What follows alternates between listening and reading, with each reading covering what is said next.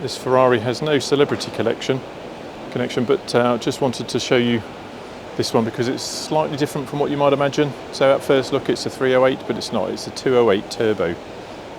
One of the giveaways, other than the fact that it says 208 on the back, is these little ducts here at the bottom, which presumably feed air into the turbo at the back, or in mid-engine where the engine is.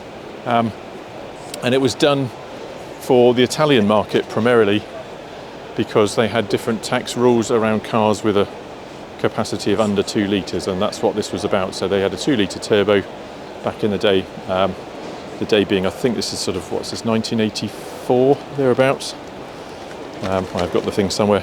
No, it's 85, yeah, not a bad guess. 1985.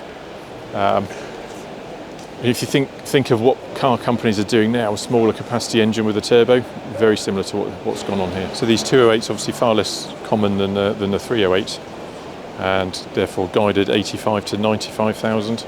I guess a good 308 is somewhere around 70 to 80.